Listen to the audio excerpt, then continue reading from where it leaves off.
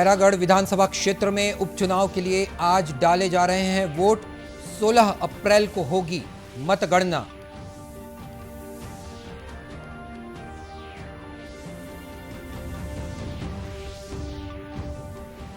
केंद्रीय गृह मंत्री ने कहा, आजादी के अमृत महोत्सव के वर्ष में देश ने हासिल किए विकास के कई कीर्तिमान।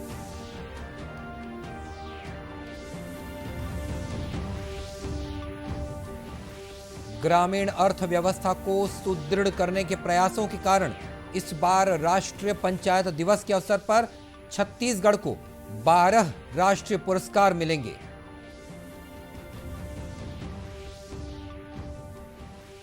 और भारत सरकार के पायलट प्रोजेक्ट महिला स्वयंसेवी पुलिस दल के गठन से कोरिया जिले में अपराधों में आई कमी।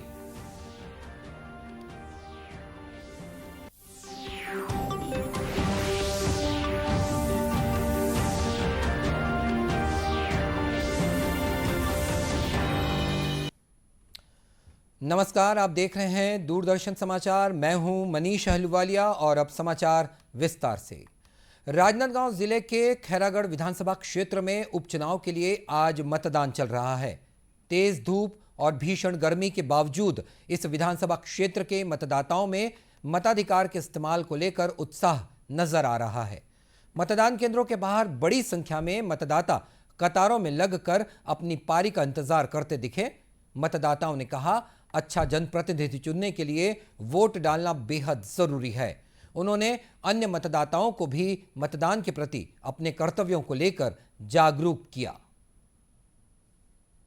और मैं ऐसे प्रत्याशी चुने हैं जो गांव के या अपने विधानसभा के विकास कर सके, ऐसे आदमी चयन करें। बाकी मन ला का बोलूं, मतदाता मन ला, बाकी मतदाता मन ला ये कहें कि वो आए सब मतदान करे। सेकेंड बार है जिसमें मैं अच्छे सरकार की चुनाव करना चाहती हूँ, ताकि वो हमारे गांव का साथ में हमारे पूरे जिले का अच्छे से विकास कर सके।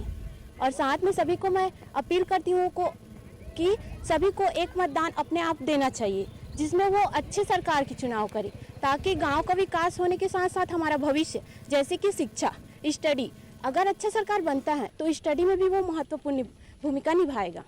मतदान करने से हमको बहुत अच्छा लगा। बाकी लोग भी बैठे यहीं मतदान करने के लिए, और जो बचे वो भी आके मतदान करें, और जो भी विधायक बनेगा वो अपने गांव का विकास करे, एरिया का।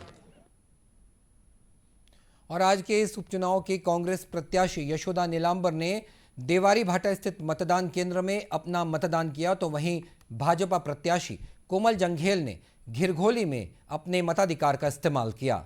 इस उपचुनाव के लिए शाम 5 बजे तक वोट डाले जाने हैं।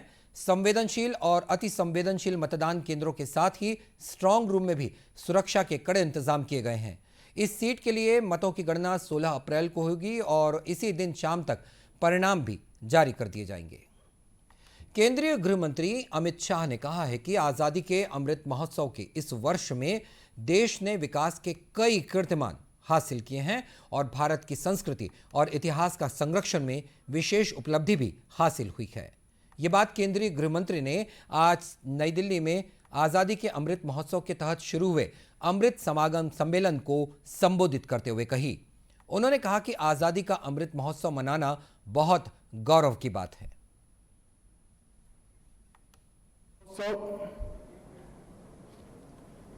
शायद एक पीढ़ी के बाद किसी के भाग्य में ऐसा समय आता है कि हम इसको मना पाए।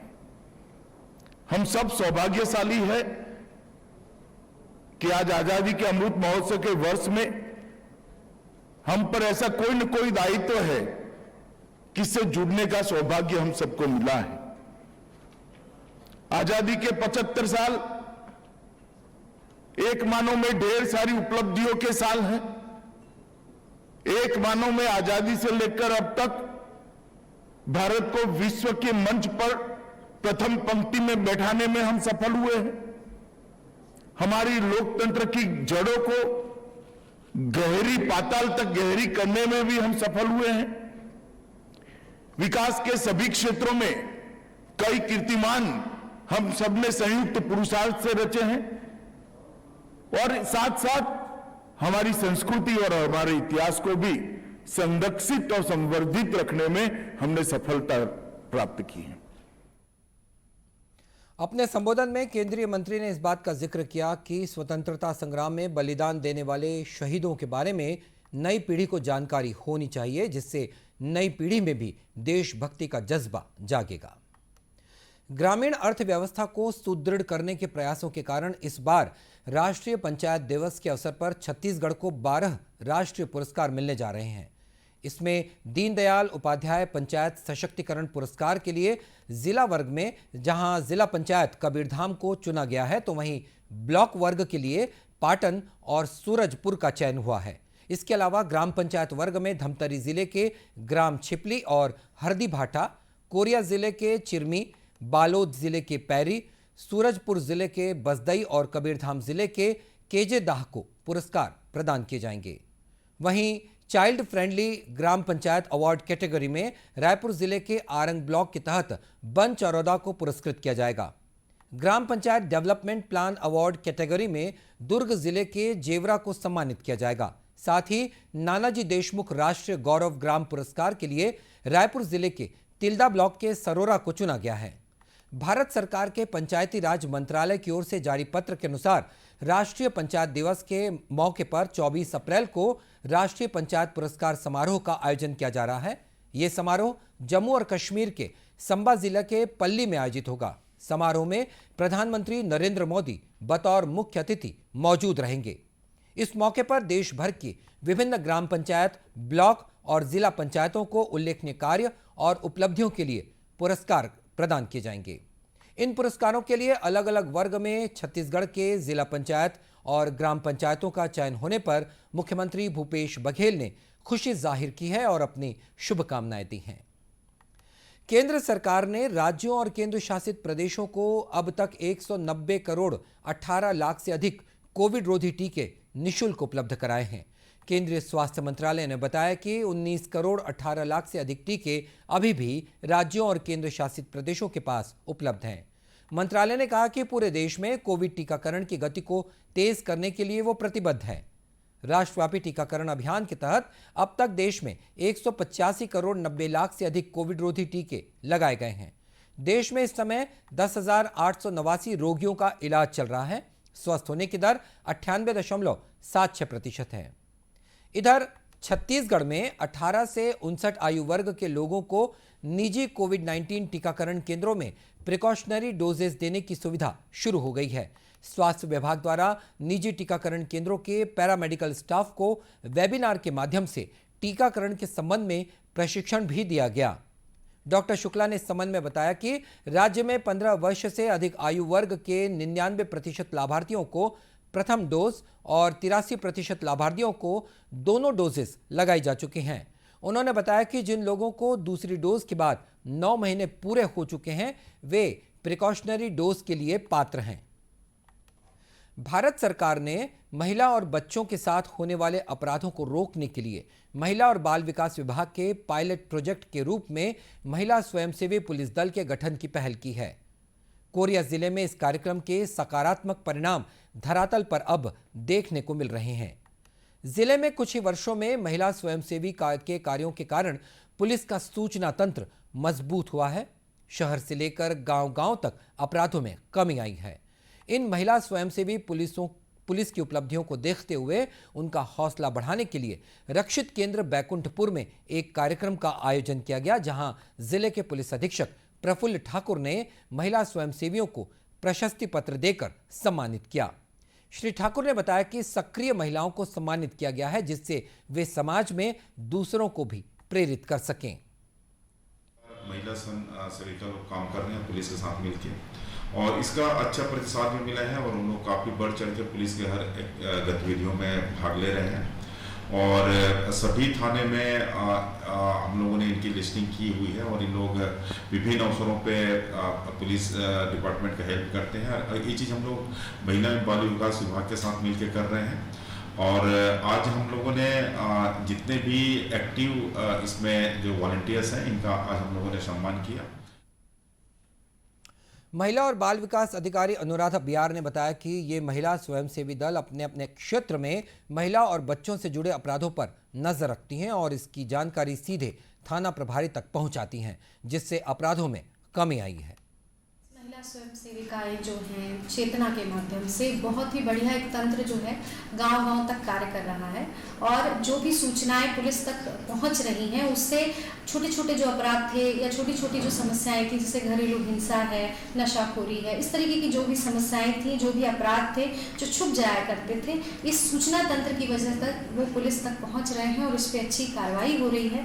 तो पुलिस स्वयं सेविकाएं हमारे लिए एक बहुत बड़ी ताकत है जमीनी स्तर पर और हम मानते हैं कि महिला बाल विकास और पुलिस विभाग हम दोनों जो है चेतना को चाहते हैं कि वो और बेहतर कार्य करें और इसी उद्देश्य से आज उनके लिए एक सम्मान समारोह पुलिस विभाग द्वारा आयोजित किया गया और जो अच्छे से काम कर रही हैं पुलिस स्वयं सेविकाएं उन्हें आज पुरस्कृत किया गया प्रमाण पत्र देकर, ताकि आगे भी वो और ऐसे बेहतर अच्छा करें।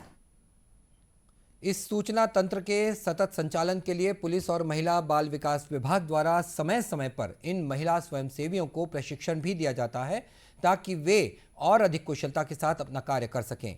इन महिला स्वयंसेवी पुलिस को काम के बदले पारितोषिक के रूप में आर्थिक मदद देने का भी प्रावधान है। आजादी के लिए भारत का संघर्ष आधुनिक विश्व के महानतम संघर्षों में से एक है। दूरदर्शन समाचार इतिहास की धारा बदलने वालों की झलक रोजाना आपके लिए लेकर आ रहा है। आज की इस कड़ी में हम बात कर रहे हैं स्वतंत्रता सेनानी शहीद भोलो और मोलो के बारे में। याद कर रहे हैं शहीद भोलो और मोलो को। उन्होंने पूर्ववर्ती सिरोही राज्य में 1922 के भील गिरासिया आंदोलन में भाग लिया था। ब्रिटिश सेना के साथ लड़ाई के दौरान 12 अप्रैल 1922 को उन्होंने वीर गति प्राप्त की। भोलो और मोलो ने एक ही आंदोलन में भाग लिया था जो सरकारी अधिकारियों द्वारा जनजातीय लोगों के उत्पीड़न का विरोध करने के लिए शुरू किया गया था। इस आंदोलन के माध्यम से अत्यधिक ऊंची राजस्व दर और सिरोही राज्य में जबरन मजदूरी के संबंध में जनजातीय लोगों की शिकायतें दूर करने की मांग की गई थी। रोहिरा के भील और चंदेल, गिरवार तथा सेवा के पड़ोसी गांवों के निवासियों ने राज्य की देनदारियों को चुकाए बिना अपने खेतों से फसल नहीं ले जाने का आदेश का उल्लंघन किया। जनजातीय लोगों की भीड़ एकत्र होने का समाचार सुनकर राज्य की सेना और अंग्रेजों के 200 सैनिक मेजर रिचर्ड्स के नेतृत्व में मौके पर पहुंचे और भीड़ को तितर बितर होने की चेतावनी दिए बिना ही 12 अप्रैल 1922 को गोलीबारी शुरू कर दी। अंधाधुंध गोलीबारी में भोलो, मोलो और कई अन्य गिरासिया आंदोलनकारी वीर गति को प्राप्त हुए। गोलीबारी के साथ साथ ब्रिटिश सेना ने गांव को लूटा और आग लगा दी। हम वीर शाहजहां का भी स्मरण कर रहे हैं। उन्होंने 1857 में भारत के प्रथम स्वतंत्रता संग्राम में भाग लिया था। उन्हें 1857 में आजीवन कैद की सजा दी गई। 12 अप्रैल 1859 को अंडमान द्वीप समूह में उनका निधन हो गया। भारत माँ के महान सपूत को हमारा नमन।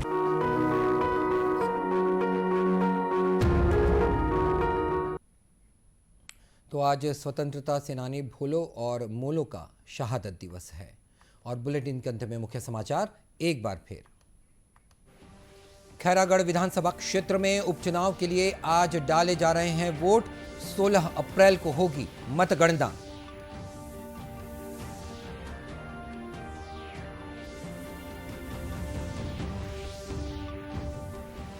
केंद्रीय गृह मंत्री ने कहा, आजादी के अमृत महोत्सव के वर्ष में देश ने हासिल किए विकास के कई कीर्तिमान।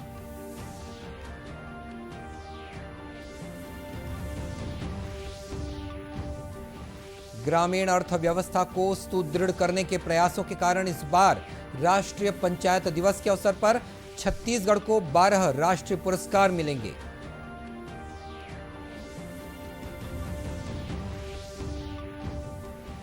और भारत सरकार के पायलट प्रोजेक्ट महिला स्वयंसेवी पुलिस दल के गठन से कोरिया जिले में अपराधों में आई कमी। और इसी के साथ ये समाचार बुलेटिन समाप्त हुआ। नमस्कार।